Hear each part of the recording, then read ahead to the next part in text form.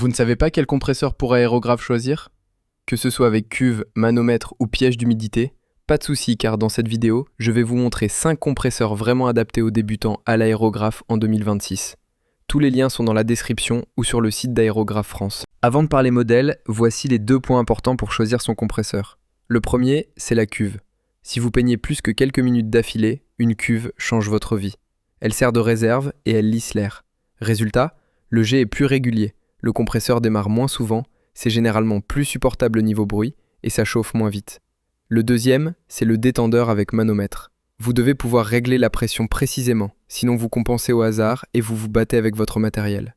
Le troisième, c'est l'arrêt automatique, parce que ça évite que le compresseur tourne en continu, ça réduit l'usure et ça rend l'ensemble plus agréable à utiliser. Top 1, le compresseur avec cuve FD-186.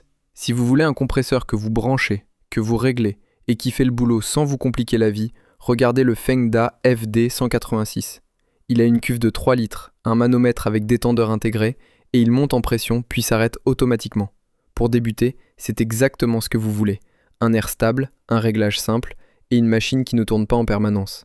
Dans la vraie vie, ça se traduit par des lignes plus nettes et des dégradés plus réguliers. Sur des sessions longues, il peut chauffer, donc faites juste des pauses pour le garder plus longtemps. Top 2. Le compresseur avec cuve FD189. Et justement, si vous vous dites « Ok, je veux la même tranquillité, mais avec plus de marge et plus de confort si je peins souvent », vous allez naturellement regarder un modèle plus puissant. Dans ce cas, le FD189 est un très bon step-up. L'idée, c'est d'avoir une base similaire en pratique, cuve, réglage, arrêt automatique, mais avec plus de réserve et une protection thermique qui rassure quand vous enchaînez. Vous n'achetez pas ça pour peindre à 6 bars, vous achetez ça pour que le compresseur respire et reste agréable sur la durée. Si vous commencez à faire des sessions plus longues, si vous enchaînez des grosses surfaces, ou si vous voulez un compresseur, je le garde des années même quand je progresse, c'est un choix qui a du sens. Et je vous le redis parce que c'est important. Même avec un modèle plus puissant, votre peinture sera souvent plus belle en restant dans une pression raisonnable et en jouant sur la dilution et la distance. Top 3. Le compresseur sans cuve FD182. Maintenant, on va parler du choix qui attire beaucoup de débutants parce qu'il est compact.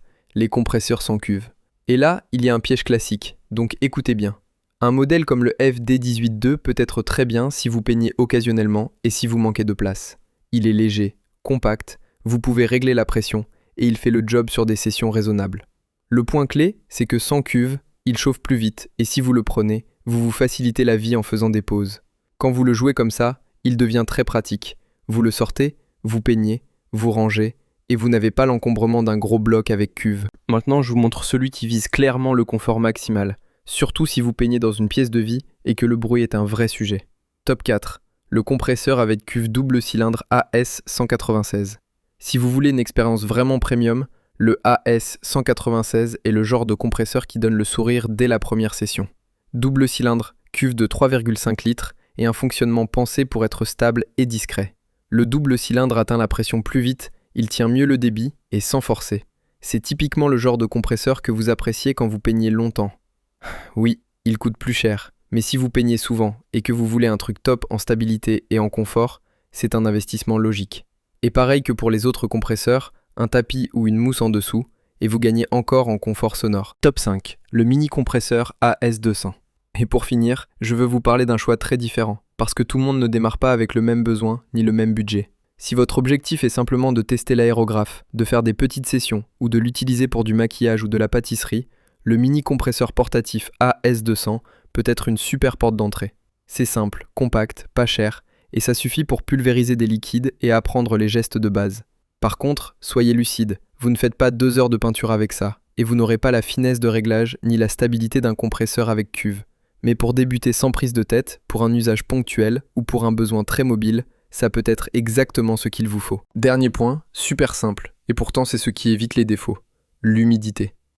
Si vous avez une cuve, purgez-la régulièrement.